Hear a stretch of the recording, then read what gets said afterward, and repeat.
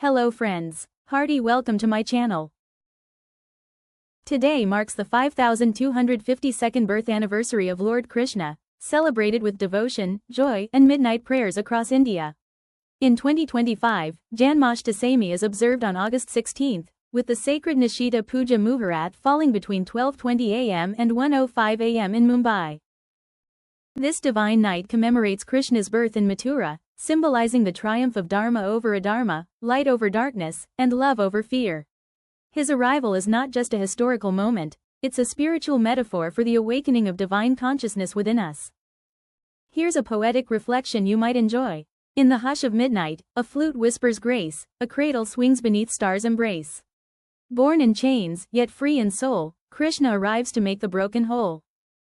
Friends, now let's enjoy with a small story that may make your celebration today echo the values Lord Krishna embodied: compassion, courage, and playful wisdom. Lord Krishna, the creator of all, a gentle narration for Janmashtami. Divine, divine, divine. Ah, such a beautiful city of Mathura. In this ancient city of Mathura, under the shadow of tyranny, a divine promise stirred.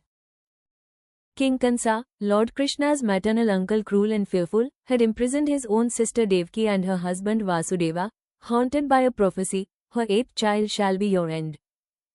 King Kansa is haunted by a prophecy, her eighth child shall be your end. In the silence of his chamber, the words echoed louder than any war cry. A tyrant's crown weighed heavy, not with power, but with fear. One by one, Kansa destroyed their newborns, until the eighth night arrived, dark, silent, and sacred. Devaki lay cloaked in shadows, waiting for her fate. But destiny, like the moonlight, had already begun to stir. It was the Ashtami of Krishna Paksha, in the month of Bhadrapada, when the divine descended, not with thunder, but with silence, not with fanfare, but with a glow that lit the prison walls. A child, blue as the midnight sky, arrived to change destiny of Kansa. At midnight, as the world slept, a miracle unfolded. In the stillness of midnight, within stone walls and silent breath, a divine light bloomed. Krishna was born, radiant and serene. Chains fell like petals, guards drifted into dreams. And the prison doors opened, not by force, but by grace.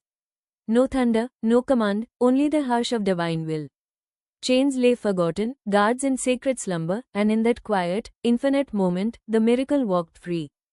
Vasudeva, guided by divine light, placed the infant in a basket and stepped into the storm.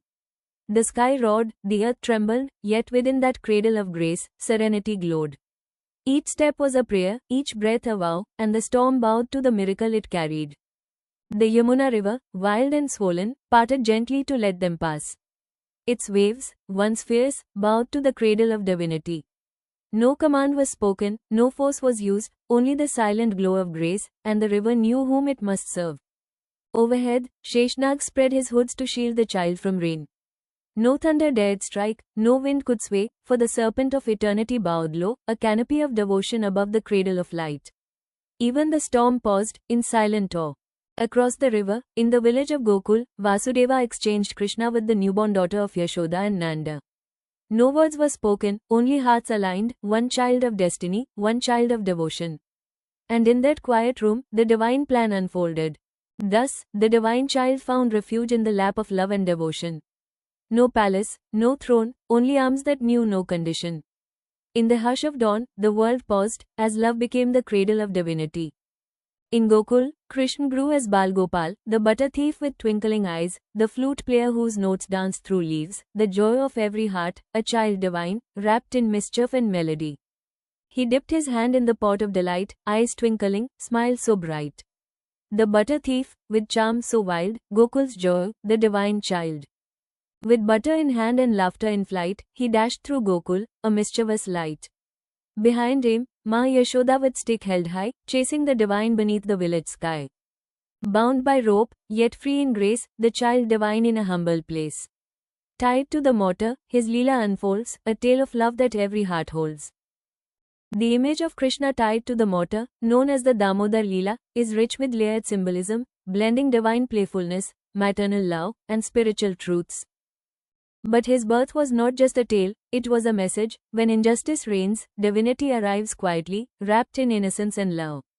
In the hush of a prison cell, where chains clanged and shadows fell, a child was born, not with thunder or flame, but with a smile, and a world quietly changed. And subscribe my channel if you all like this video. Thank you for watching this and supporting me, friends.